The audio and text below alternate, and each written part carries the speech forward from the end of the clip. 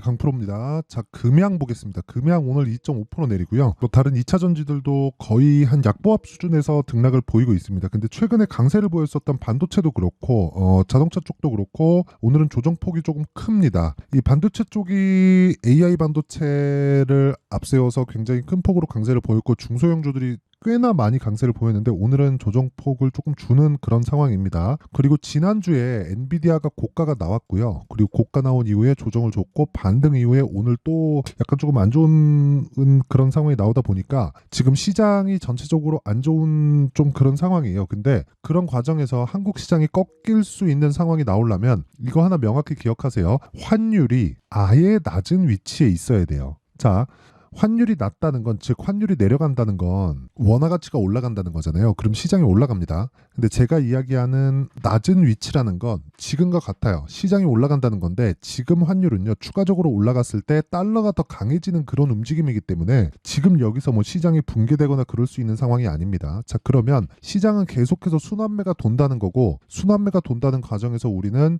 종목별 장세를 준비를 하고 있어야 된다. 그리고 그 중에 하나가 2차 전지다. 왜 그러냐면요, 시장은 선반영하는 상황에서 주가 상승이 나오고, 그리고 선반영하는 상황에서 주가 하락이 나온다고 제가 누차 말씀드렸어요. 그리고 그 과정에서 가격이 가장 먼저 반영하기 때문에 가격이 중요하다는 이야기를 드렸죠. 오늘 금양에 대해서 이야기를 드린 핵심 내용은 가격을 기준해서 이야기를 드릴 겁니다. 그리고 얼마에 매수해야 되는지, 저는 얼마에 매수를 했는지, 어느 정도 보유 기간을 가지고 갈 건지, 그 내용에 대해서도 이야기를 드리도록 하겠습니다. 자, 근데 그 말씀을 드리기 전에 요즘에 하도 입고수들이 많아가지고 제가 일단 인증을 먼저 하고 갈게요. 자, 이 화면은요, 오늘 3월 19일이죠. 19일로 딱 찍어보면, 자, 이 화면은요, 제가 지금 조회를 누르면서 보여드리는 건 조작이 불가능한 화면이다라는 걸 보여드리기 위함이고요. 이 화면은 키움증권의 자동일지 수익률 비교 차트 화면이고 1월 2일부터 3월 19일까지 내 계좌 수익률입니다.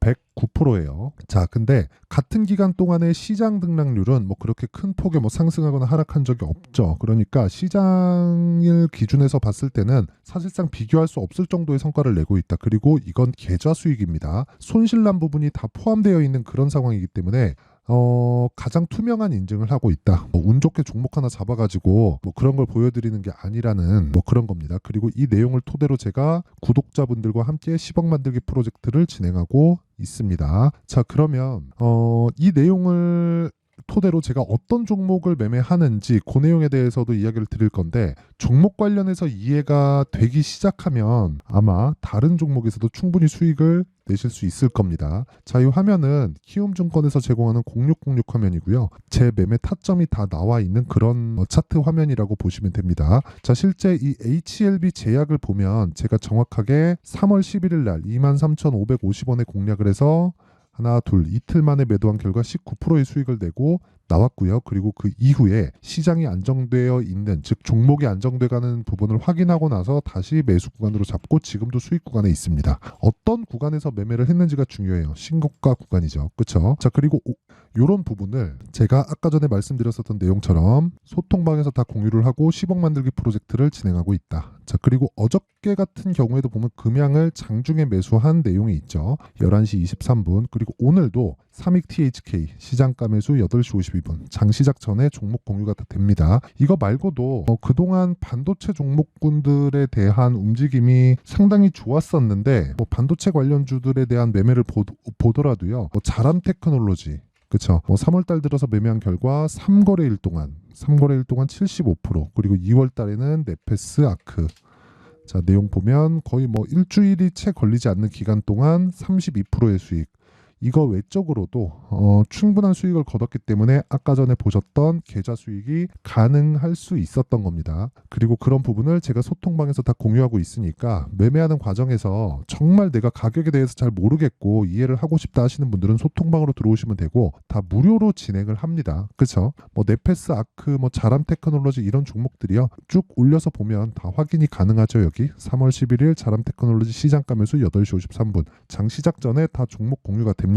자, 그래서 돈은 안 받는다. 그런데 채널 성장을 위해서 진행하는 거라서 구독과 좋아요 요거 눌러주시고요. 상단에 있는 전화번호로 10억이라고 문자 보내주시면 됩니다. 자, 그러면 제가 어떤 류의 종목을 하는지 다들 보셨죠? 신고가 구간에서만 매매를 하고 신고가 외적인 다른 어떤 것도 쳐다도 보지 않는다. 그쵸? 자, 그러면 이 내용을 토대로 우리가 금양을 보면 금양에 대한 타점도 제가 이야기를 드릴게요. 금양을 보면 제가 왜 하는지 알 겁니다. 그쵸? 고가 돌파를 준비하고 있는 그런 과정에 있죠. 물론 여기서 최고가를 돌파하기 위해서는 추가적으로 상승해야 되는 폭이 상당히 많이 나와야 됩니다. 근데 아까 제가 선반영이라는 이야기를 드렸잖아요. 우리가 이걸 뒤집어 보자고요. 올라갈 때의 선반영이 아니라 내려갈 때의 선반영을 한번 생각해 봅시다. 주식이 나쁜 이야기가 나와야 내려가나요? 아니면 나쁠 것 같아서 내려가나요? 반대로 좋은 이야기가 나와야 올라가나요? 아니면 좋을 것 같아서 올라가나요? 좋은 이야기가 나오면 올라가는 경우도 있지만 그럴 경우에 고가 매물을 못 넘는 경우가 있고요.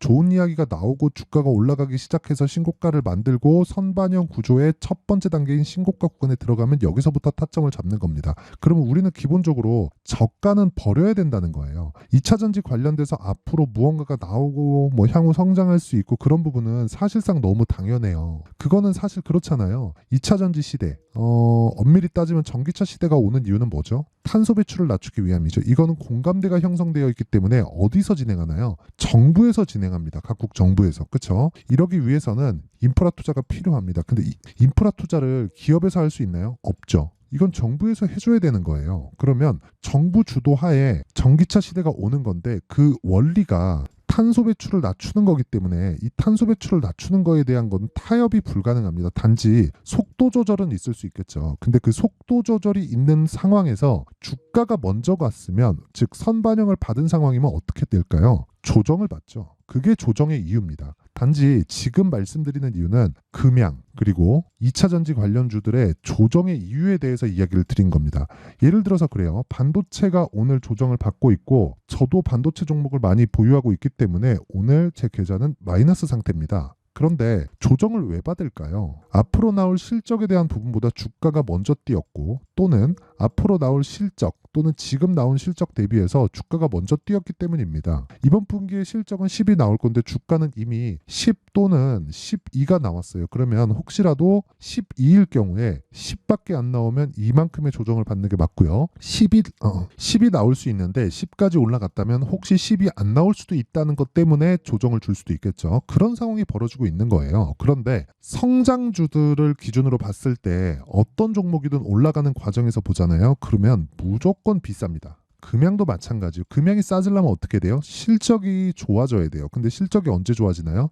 시간이 좀 필요하죠. 그렇죠? 그래서 주가가 올라가는 겁니다. 예를 들어서 제가 금양을 이야기를 드리면서 꼭 필수적으로 이야기를 드리는 게 에코프로 BM이거든요. 에코프로 BM의 움직임을 보면 2월 7일 날 적자 1140억인가를 찍었어요. 근데 예상치를 보면 500억 정도 규모의 적자를 예상하고 있었습니다. 그럼 실적이 적자 500억보다 2배 이상 늘어난 수치를 발표를 했는데도 불구하고 주가 안 빠지죠. 왜 그런 줄 아세요? 12월 달, 11월 달, 10월 달, 즉 4분기 실적이 좋지 않을 것을 대비해서 12월 달 고점 찍고 1월 달 그리고 2월 초까지 조정을 보였기 때문에 그렇습니다. 그렇죠? 즉 하락에 대한 부분도 선반영을 받았기 때문에 최악의 상황을 지나왔다는 거죠. 여기서 만약에 금양이 하락하려면 어떻게 해야 될까요? 에코프로 BM이 빠져야 됩니다. 근데 에코프로 BM이 빠지려면 어떻게 해야 될까요? 전기차 시대가 안 와야 돼요. 근데 지금 인프라를 구축하는 단계에 있는데 이미 자금 투입이 된 부분도 많은데 여기서 이걸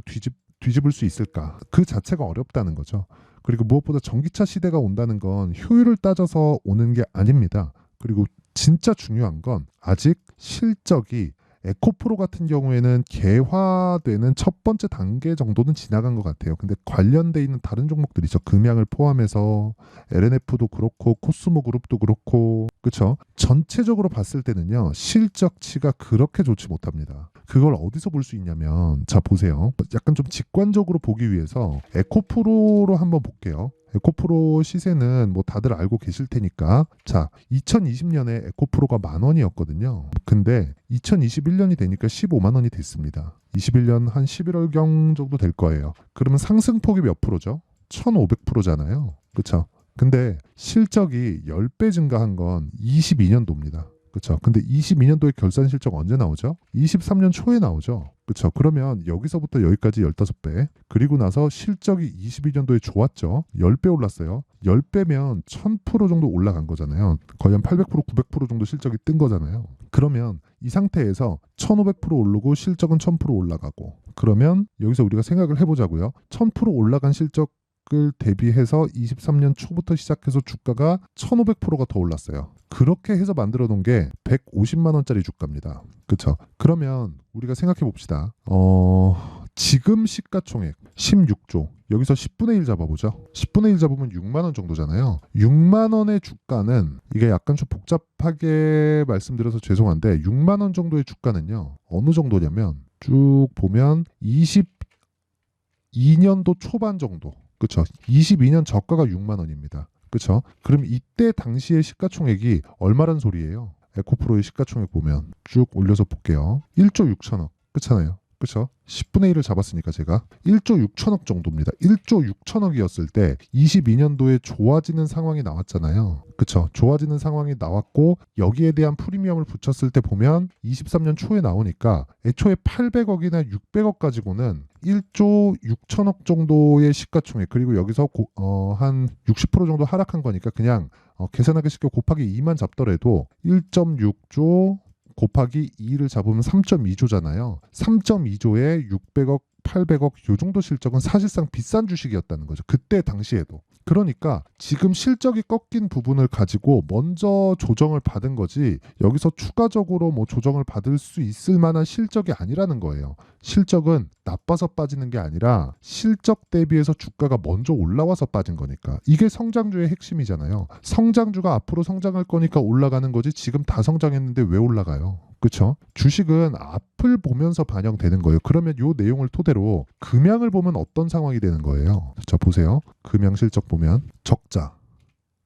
이익이 날 때도 79억, 126억. 아직까지는 2차전지 관련된 내용으로 인해서 돈을 못 벌고 있죠. 그럼 적자는 왜 나요? 본업이 있는데 투자를 하니까. 그렇죠? 이런 상황입니다, 지금. 자, 그러면 금양에 대한 실적 기대감이 있을 수밖에 없겠죠. 뭐 469를 포함해서 뭐 여러 가지 내용들이 있는데, 뭐 리튬 가격도 이제 다 빠졌고 이제 반등할 수 있고, 그렇죠? 그런저런 내용들이 있잖아요. 이런 상황에 우리가 한 가지 내용을 기억을 해보자고요. 한 가지 내용을. 실적이 좋아졌으면 지금이 고점일 수 있어요. 근데 실적이 아직 안 좋아졌기 때문에 기대감으로 인해서 주가가 상승하고 있는 겁니다. 만약에 실적이 좋으면 그게 피크예요. 자, 금양 말고 아까 전에 제가 말씀드렸었던 에코프로나 에코프로 BM, 이쪽에서 하락세를 계속해서 만들어준다면 어떻게 될까요? 금양도 빠집니다. 근데 하락하려면 어떻게 해야 돼요? 지금보다 실적에 대한 기대감이 박살이 나야 돼요. 이미 적자 찍었잖아요. 적자 폭을 늘린다고 여기서 리튬 가격이 덜 반등이 나오나 보네. 수요에 대한 얘기가 나오긴 나오는데 그게 중요한 게 아니란 말이에요. 어차피 가니까. 그렇죠? 그럼 빠지는 구간에서 사지 말고 우리는 보유 기간만 생각해서 타점 잡자.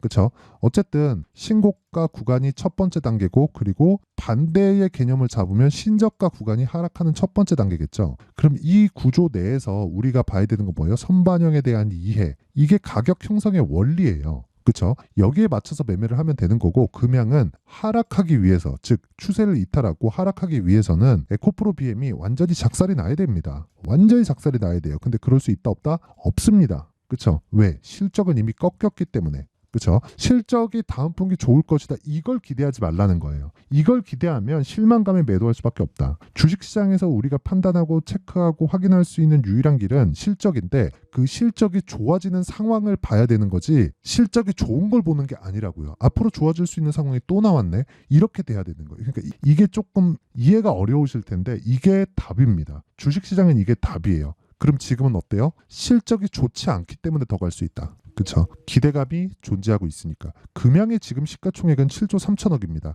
단순히 뭐 469에 대한 어디랑 수주했다 그런 게 중요한 게 아니라는 거예요. 그런 거는 회사에서 하는 거고, 그런 거 내가 먼저 파악하고 뭐 알고 뭐 그럴 것 같으면 내가 개발에 참여했겠죠. 내가 기술자가 됐겠지. 그런 게 아니잖아요. 우린 투자자잖아요. 결과만 확인하면 되는 겁니다. 근데 그 결과를 확인하는 걸 어디까지 확인해요? 개발 단계까지만. 그리고 나서 기술의 증가로 인해서 돈을 먹기 시작할 때는 매도할 준비를 하고 보는 겁니다. 근데 지금은 뭐예요? 아직 실적이 개화 시기에 들어가지 않았기 때문에 매수 관점으로 보되 우리는 보유 기간을 조율하자. 그게 타점이죠. 그리고 그 타점에 대한 부분은 아까 전에 말씀드렸었던 제가 소통방에서 다 공유를 하고 있습니다. 예를 들어서 뭐 자람 테크놀로지 같은 걸 보더라도 자 내용 한번 보세요. 자람 테크 정확하게 제가 언제 매매를 했는지 그 내용 아니 이게 가능한가 싶을 정도죠. 자, 보세요. 신고가 돌파 구간 매수 하나 둘 이틀 동안 75% 그쵸?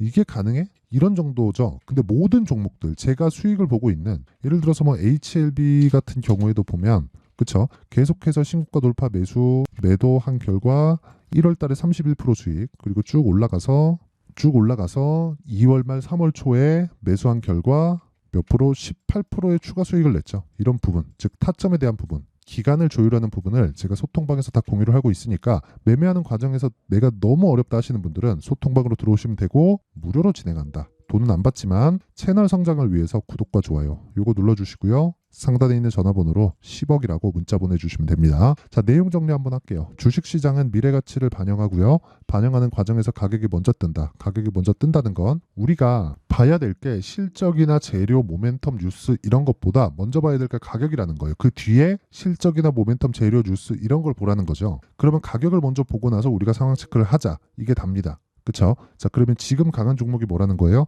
앞으로 주도주가 된다. 왜? 강한 종목이 더 가니까. 근데 강한 종목의 실적이 좋아야 돼요? 나빠야 돼요?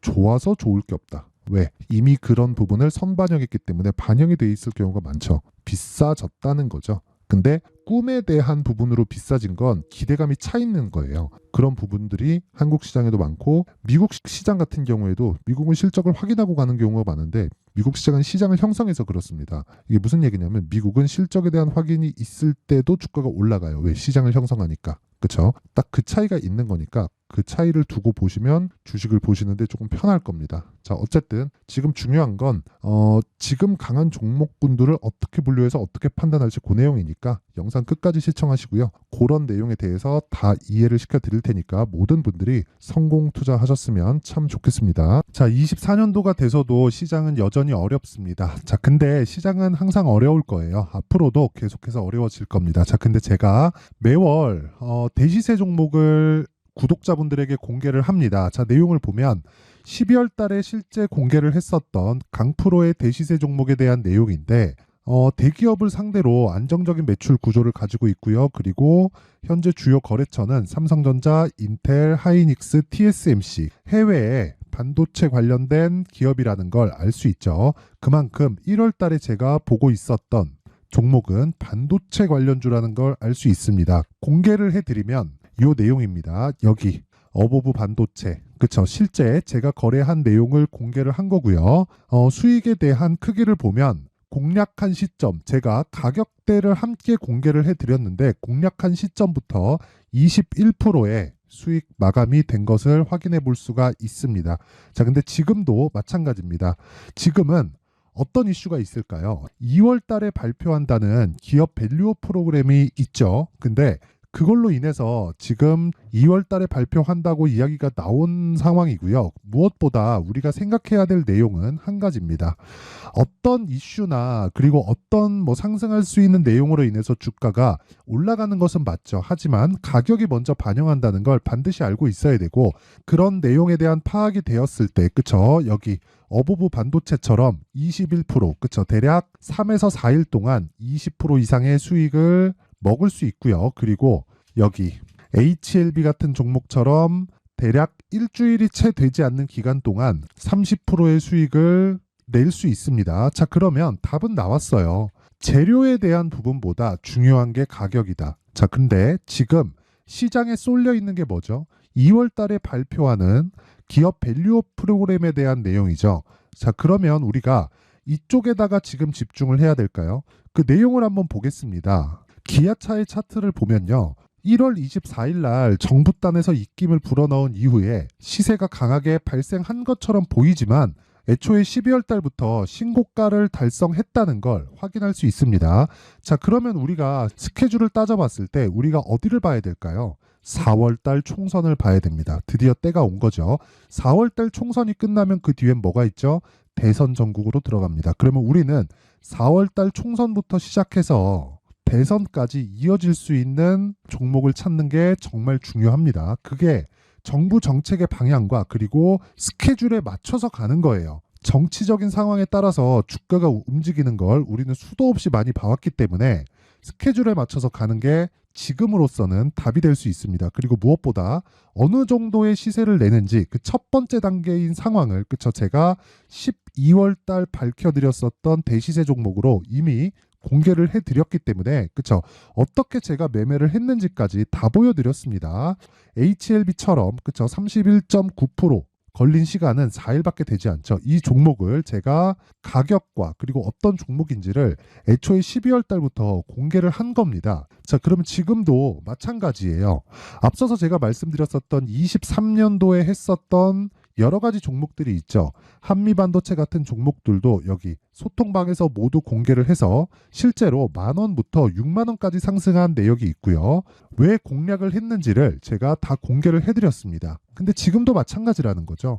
정부 정책의 방향에 맞춰서 또는 선거 스케줄에 맞춰서 매매를 이어가야 될 때가 됐고요. 제가 총선 관련된 큰 시세가 나올 수 있는 대시세 종목을 준비를 해놨습니다. 길게 말씀드리지 않겠습니다. 모든 종목들은 신고가를 달성하면서 대시세 준비를 하게 되고요. 신고가를 공략했을 때 내가 시장에 주도주를 잡을 수 있는데 지금은 총선에 집중하는 게 맞다. 그래서 총선 관련된 그리고 대선까지 이어질 수 있는 종목을 준비를 해놨는데 지금부터 준비를 하셔야 나중에 고가에 올라가서도 꾸준하게 매매를 이어갈 수 있습니다. 자꾸 막 손절하고 매매하는 과정에서 너무 어렵다 하시는 분들은요. 이 종목 딱 받아가서 큰 수익 내셨으면 좋겠고요. 이 종목은 상단에 있는 전화번호로 대시세라고 문자를 보내주시는 분들에 한해서만 제가 총선 그리고 대선까지 이어질 수 있는 종목을 공개해 드리도록 할 테니까 상단에 있는 전화번호로 대시세라고 문자를 보내주시고요. 그리고 구독과 좋아요 꼭 좀 부탁드리겠습니다. 시장은 정말 어렵습니다. 자, 그래서 모든 분들이 성공 투자하셨으면 좋겠고요. 기본적으로 가격에 대한 파악을 하면서 큰 수익을 내셨으면 좋겠습니다.